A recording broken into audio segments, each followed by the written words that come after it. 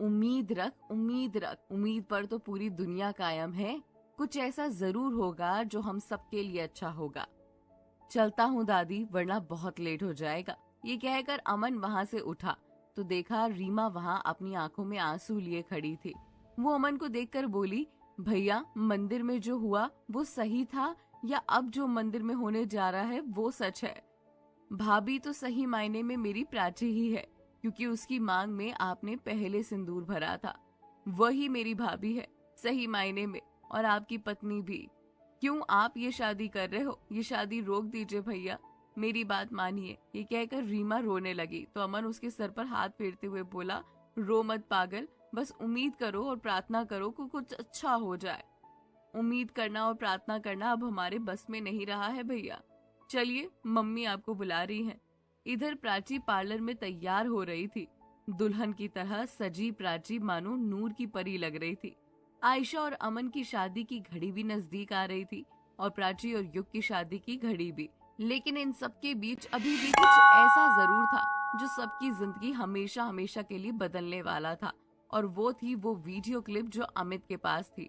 राघव ने रूपल के साथ जो प्लान बनाया था वो उस प्लान को पूरा करने वाली थी। कल रात जब आयशा सो रही थी तो राघव ने उसका फोन ट्रैक कर लिया, और जब आयशा ने राघव को धमकी दी तो राघव ने उसे रिकॉर्ड कर लिया।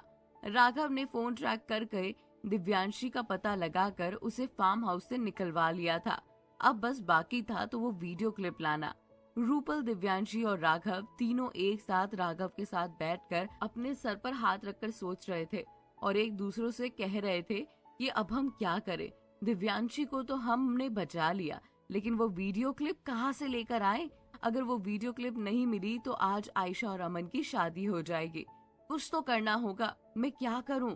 अभी राघव ने इतना कहा ही था कि तभी उसने देखा कि सामने से अमित आ रहा है।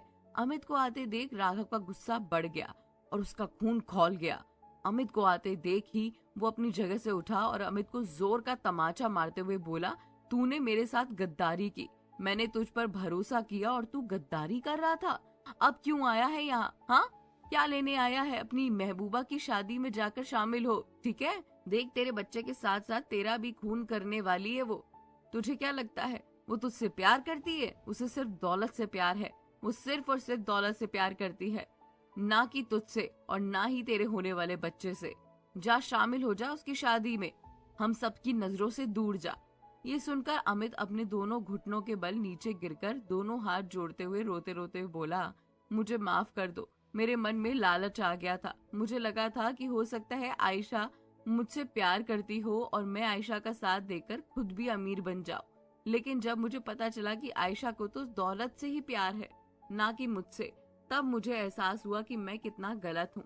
जिस लड़की के लिए मैं अपनी जिंदगी दांव पर लगाने जा रहा हूँ, इतने लोगों के साथ धोखा करने जा रहा हूँ, इतने लोगों को धोखा दे दूंगा, वो लड़की मुझसे प्यार ही नहीं करती तो फिर क्या फायदा। और हाँ, प्लीज बिल्कुल भी देरी मत करो, जल्द से जल्द हमारे साथ मंदिर चलो जहाँ आयशा और अमन की शादी हो रही है।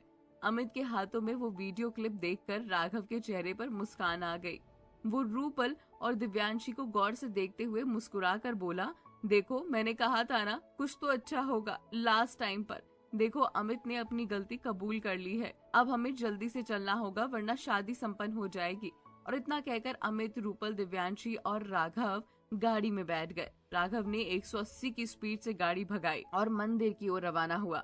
मंदिर काफी दूर था राघव के घर से। इधर अमन और आयशा मंदिर पहुंच चुके थे। आयशा भी दुल्हन के जोड़े में काफी अच्छी लग रही थी, लेकिन अमन ने एक नजर उठाकर आयशा को देखा ही नहीं था, क्योंकि उसके दिलो दिमाग में तो हमेशा से हमेशा प्राची छाई हुई थी।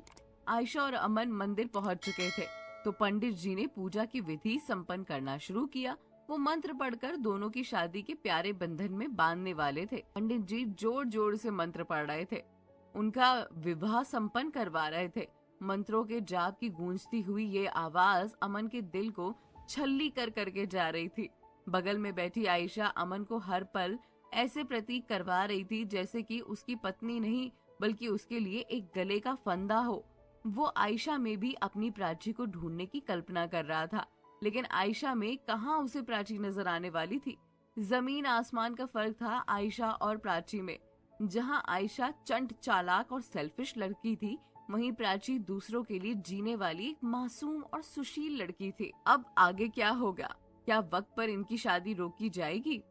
ये सारी बातें आपको अगले एपिसोड में पता चलेंगी। और ये एपिसोड कैसा लगा कमेंट करके जरूर बताइएगा।